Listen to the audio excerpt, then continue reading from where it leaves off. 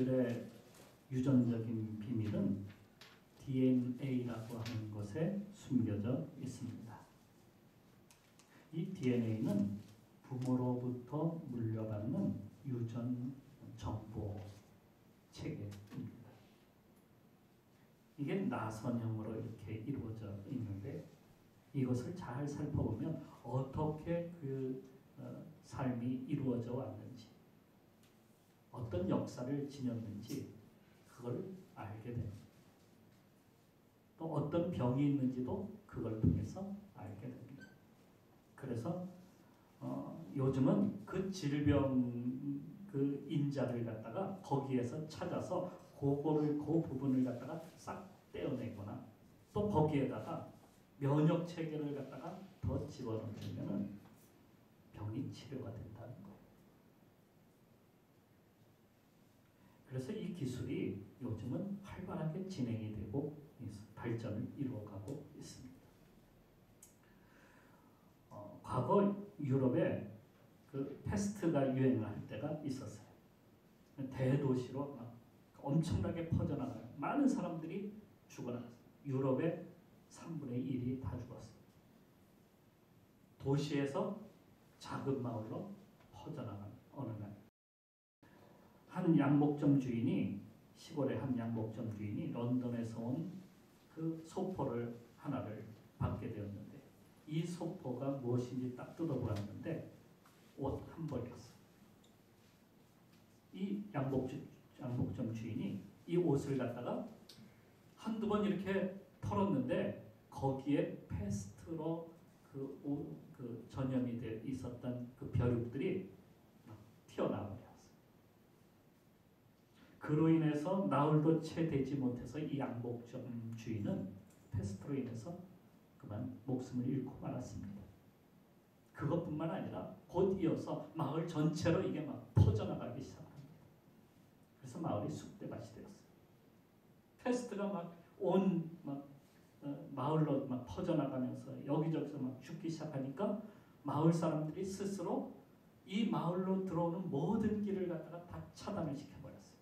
누구도 들어오면 안 돼. 누구도 나가면 안 돼. 그로부터 1년이 지났습니다.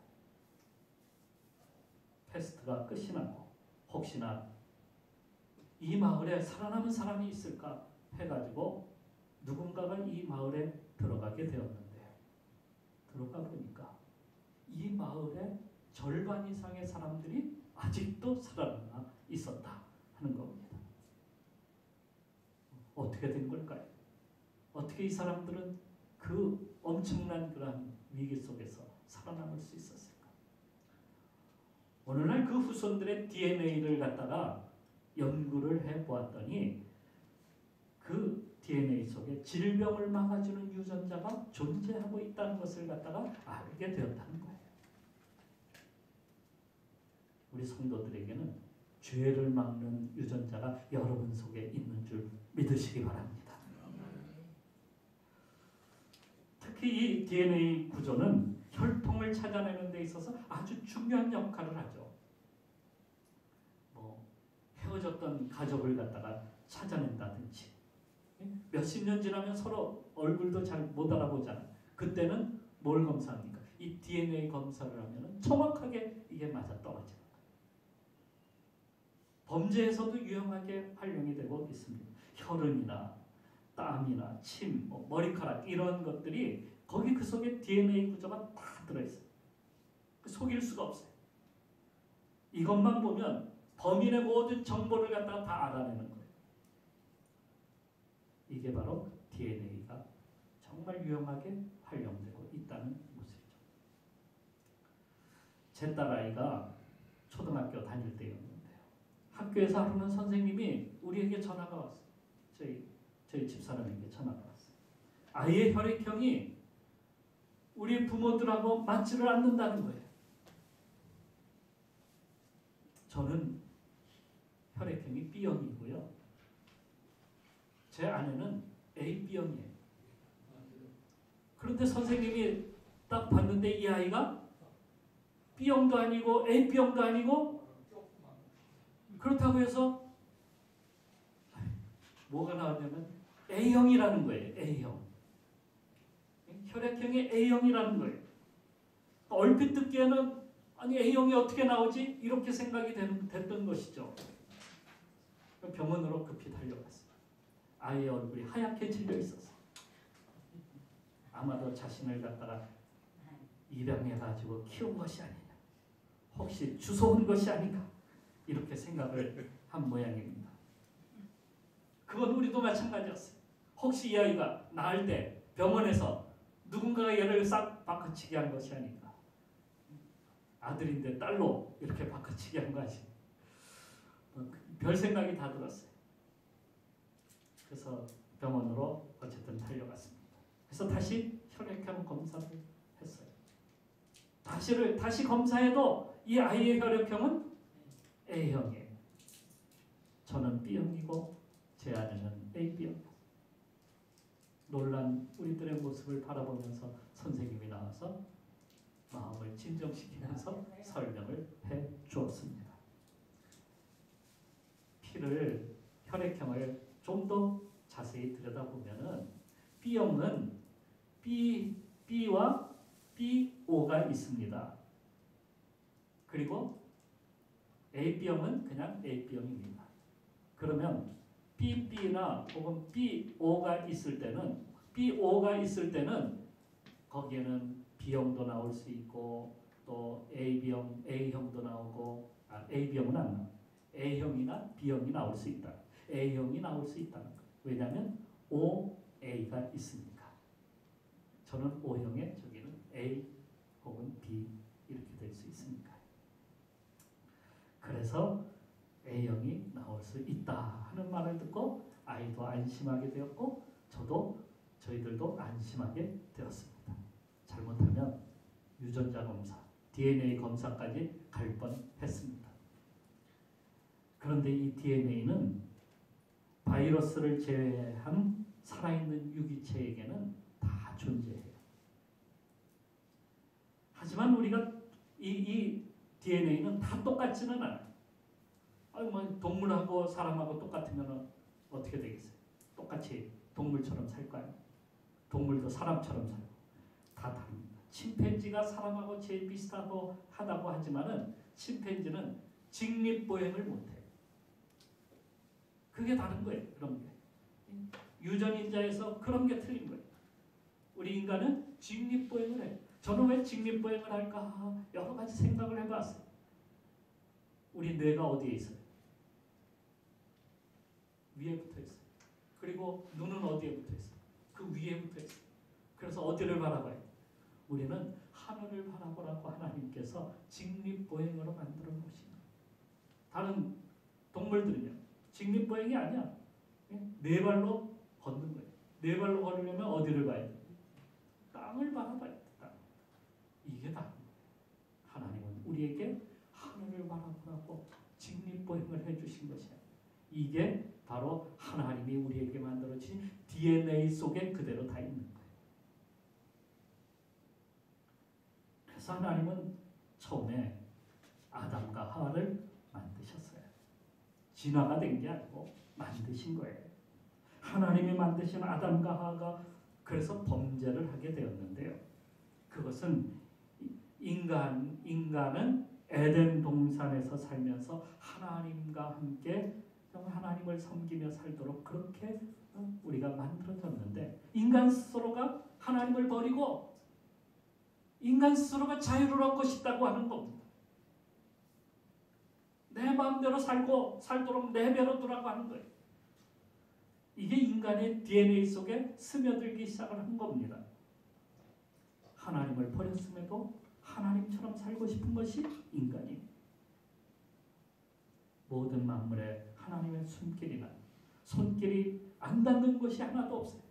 모든 만물 가운데 하나님의 손길이 다 거기에 다 들어있어요. 하나님의 그 숨결이 다 거기에 나타나고 있어요. 그런데도 사람들은 돌아오지 않습니다. 믿으려 하지 않습니다. 위를 보라고 해도 위를 바라보지 않습니다. 위를 바라보고 살도록 그렇게 만들어졌는데 우리는 자꾸 어디를 바라보고 살아요? 자꾸 땅만 바라보고 사는 그런 인생으로 자꾸 살려고 하는 거예요. 그래서 인간의 조상이 우리가 인간이 아닌 침팬지다 이렇게 믿는 사람들이 얼마나 많은지 몰라요. 왜요? 그렇게 믿어야 하나님이 없다라고 증명을 하려고 하니까. 침팬지로부터 나왔대, 인간이. 우주가 하나님의 손길이 아닌 우연히 그냥 생겨난 존재. 뭐 빅뱅의 원리잖아. 그냥 우연하게 어느 순간에 그렇게 생겨. 아니 그런데 생각해보세요. 우리의 모든 자연적 환경이 어떻게 그렇게 인간에게 딱 맞도록 그렇게 주어졌냐고요. 우리가 숨을 쉬고 우리가 살아갈 수 있도록. 그거는 우연이라고 어떻게 모든 게 다 어떻게 우연이냐. 모든 게 어떻게든지 우연이라고 하는 것에 맞춰보려고 사람들은 그렇게 생각하고 있다. 그것이 무엇 때문입니까? 죄 때문이라는 죄 때문에 그 죄의 DNA 때문에 우리가 자꾸 어디만 생각하는 거예요. 자꾸 하늘을 보지 않고 땅만 보니까 그렇게 생각해요. 일단은 아니라고 우기고 봐야 돼. 누가 뭐래도 난 안 믿어. 이런 마음이 우리 속에 얼마나 그게 박혀 있는지 몰라요. 박혀 있어요. 그래서 주님께서 우리 인간을 뭐라고 그러잖아요. 너희의 목이 굳어서. 우리 목이 단단해. 굳어 있어요. 뻣뻣해. 고집이 세. 그것을 수긍하는 순간 어떻게 되겠습니까? 하나님의 창조가 거기에서 나오기 때문에 그걸 이야기하지 아니할 수가 없어요.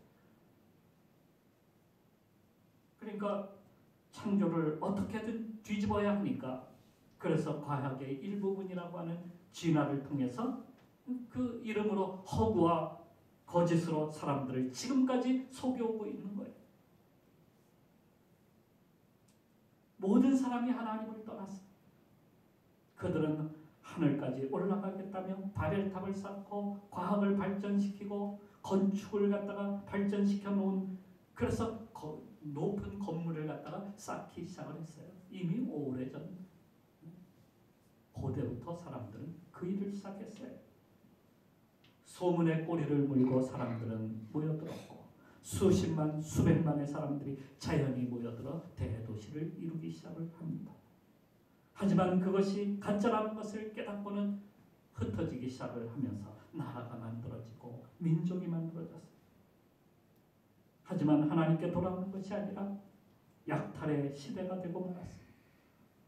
먹고 살아야 하니까 먹을 것은 부족하고 자리는 부족하고 사람들은 많고 약탈만이 사는 길이었어요. 이기면 풍족하게 살고 지면 죽거나 노예가 되는 겁니다. 그들이 믿는 것은 자신을 지켜주는 무기나 자신을 지켜주는 용사나 영웅이 필요했던 겁니다. 그것이 그들의 우상이 되었어요. 당시에 니므롯이라고 하는 사람이 있었습니다. 성경은 이렇게 쓰고 있어요. 창세기 10장에. 그는 세상의 첫 용사, 그가 여호와 앞에서 용감한 사냥꾼이 되었으므로 속담에 이르기를 아무는 여호와 앞에 니므롯과 같이 용감한 사냥꾼이로다. 창세기 10장 8절 9절 말씀.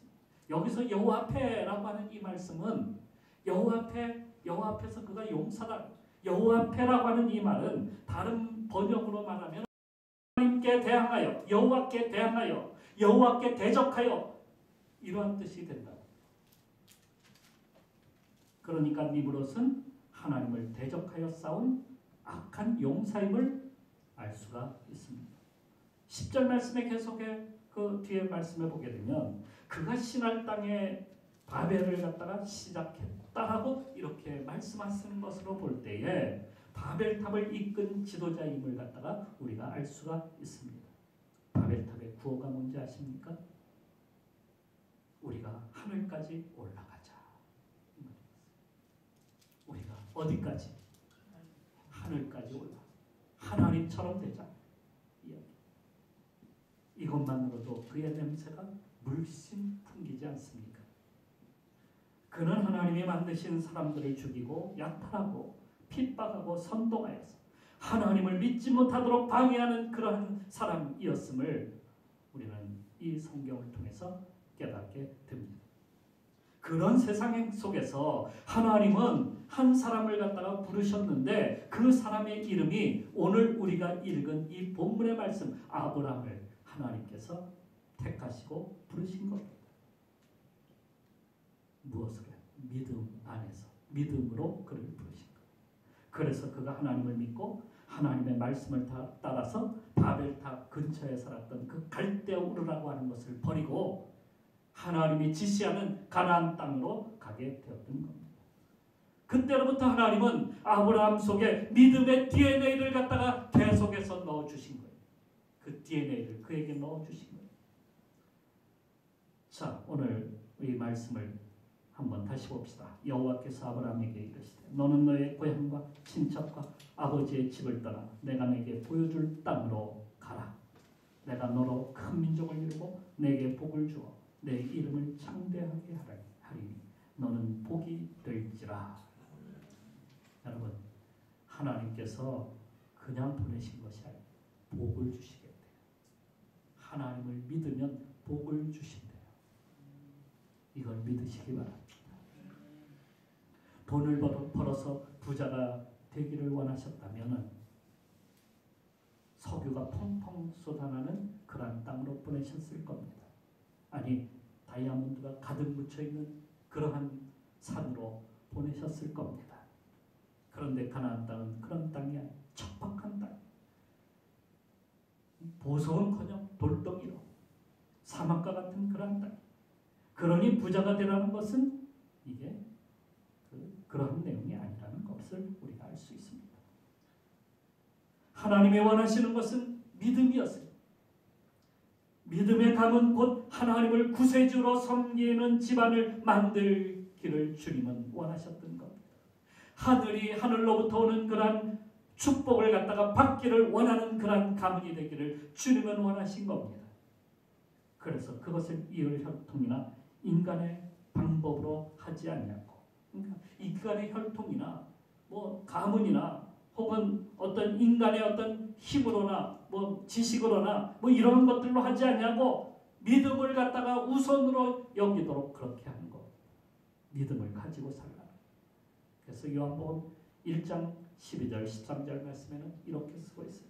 영접하는 자 곧 그 이름을 믿는 자들에게는 하나님의 자녀가 되는 권세를 주셨으니 이는 혈통으로나 육정으로나 사람의 뜻으로 나지 아니하고 오직 하나님께로부터 난 자들입니다. 하나님의 혈통은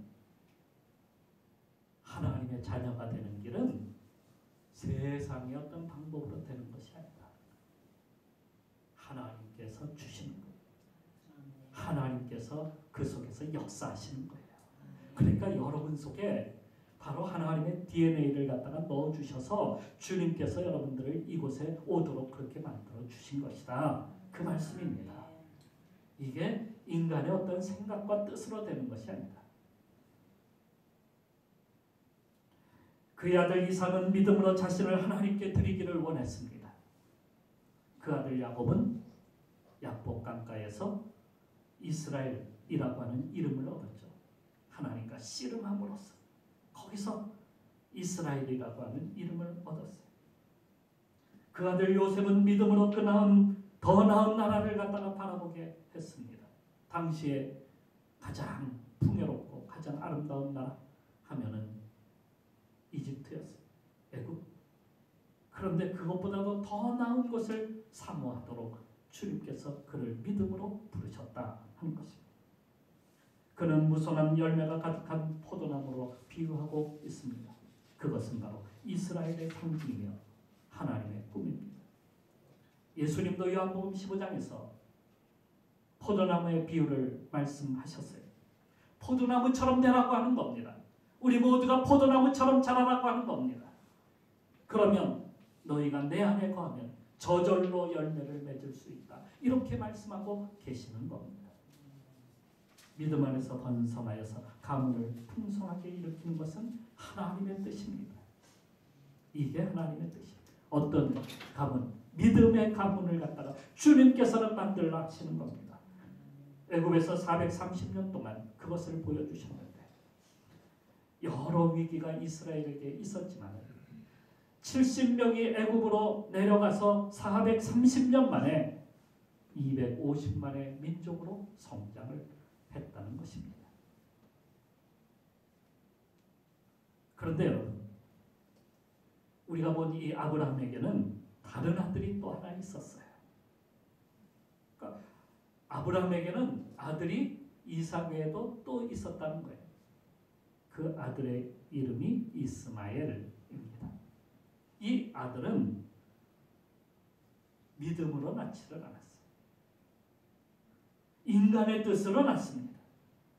곧 육체를 따라 낳은 아들이에요. 그래서 성경은 갈라디아서 4장 22절 23절에 이렇게 말씀하고 있습니다. 아브라함이 두 아들이 있으니 하나는 여종에게서 하나는 자유 있는 여자에게서 낳다 하였으며 여종에게서는 육체를 따라 낳고 자유 있는 여자에게서는 약속으로 말미암는다. 그 약속이 뭐예요? 믿음을 따라 낳다. 그러니까 다른 하나는 믿음이 없이 낳다는 거예요. 육체를 따라 낳은 것을 믿음이 없이 낳다 이렇게 말을 하는 거예요. 육체를 따라 낳은 아들은 육체를 따라 살아가는 사람들의 조상이 되었습니다. 그들은 세상을 따라 살아갑니다. 땅에서 나는 것을 얻기 위해서 살아갑니다. 또한 하나님을 대적하며 하나님의 뜻과는 반대의 삶을 살아가는 사람들이 되고 말았다는 거예요. 그 같은 아브라함의 후손임에도 아브라함의 자식임에도 불구하고 하나님을 대적하는 그런 사람이 나올 수 있다는 것을 여러분 알아야 돼요. 우리 자녀에게서도 어떤 아들은 믿음을 따라서 난 아들이 있고 어떤 아들은 믿음을 따라서 낳지 않냐고 세상을 바라보고 살아가는, 그래서 결국에 하나님을 대적하는 그러한 자식이 될 수 있다는 것을 여기서 말씀하고 있는 겁니다. 믿음을 따라 난 아들 이삭에게도 다른 아들이 또 있어요. 그러니까 아들이 둘이 있어요. 야곱과 에서의 에서. 야곱은 믿음을 따라서 살아갔지만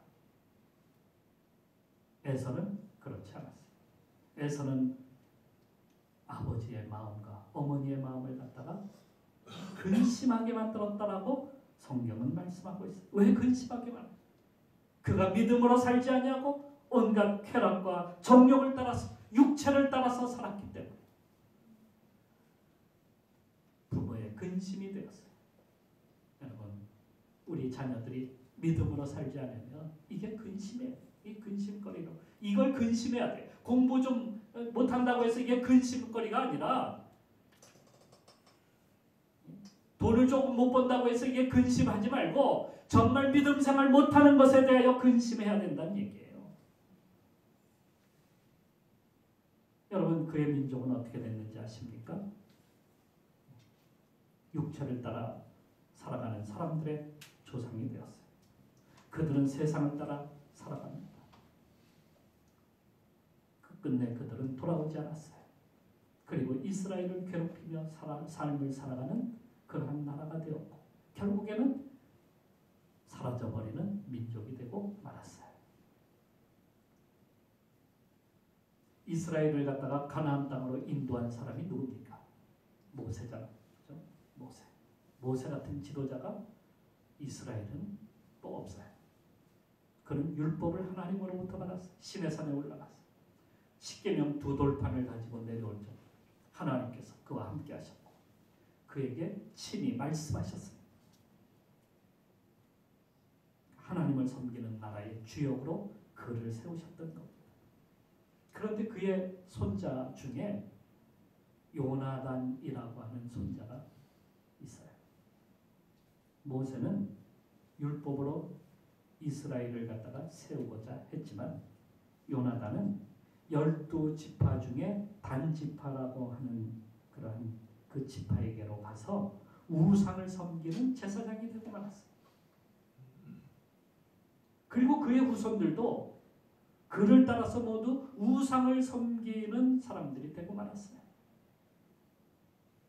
그러니까 이스라엘 땅에 우상 숭배의 근원지가 되게 하여서 온 땅에 퍼지게 만들었어요. 그 결과 다는 북이스라엘이 망할 때에 아시리아에게 망하죠. 함께 멸망을 받고 말았어요.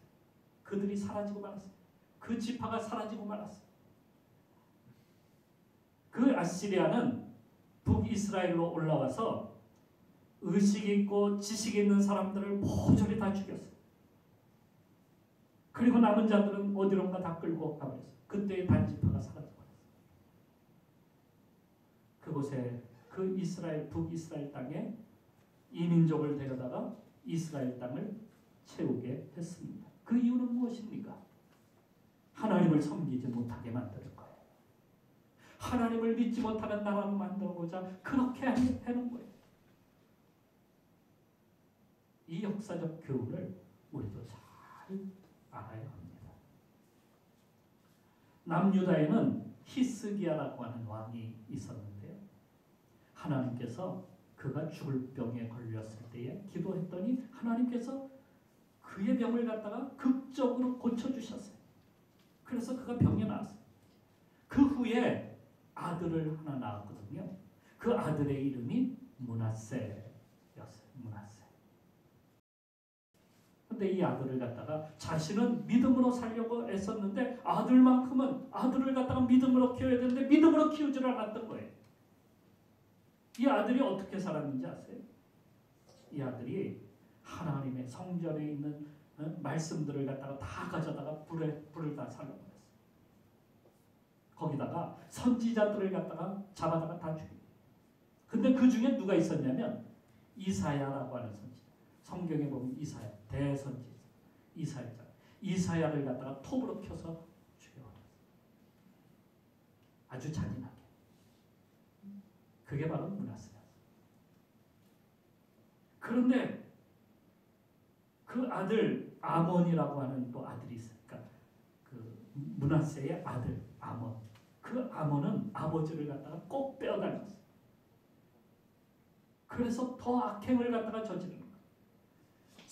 아예 성전 안에다가 우상을 갖다가 막 갖다가 집어넣어. 성전을 채워 우상으로. 나라는 위기에 빠지고 말았어요. 누가 말씀이 짓밟히고 비전도 소망도 없는 이 나라와 민족 그 가문을 위해서 누가 구할 것인가? 누가 이 땅에 정말 하나님의 말씀으로 다시 한번 회복되기 위해서 기도하며 주님 앞에 설 수 있는 사람이 누가 있겠는가? 오늘 우리들의 모습이 그때와 비슷하다 하는 것을 다시 말씀을 하고 있습니다. 예수님은 우리로 하늘 가문을 열기 위해서 세상에 오셨습니다. 그래서 누구든지 그분을 믿기만 하면 하늘 가문에 이름이 등록이 되는 겁니다.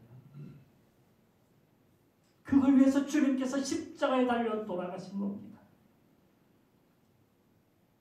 그 가문은 세상의 학문이나 혈통으로나 사람의 뜻으로 되는 것이 아니라 믿음으로 되는 줄 믿으시기 바랍니다.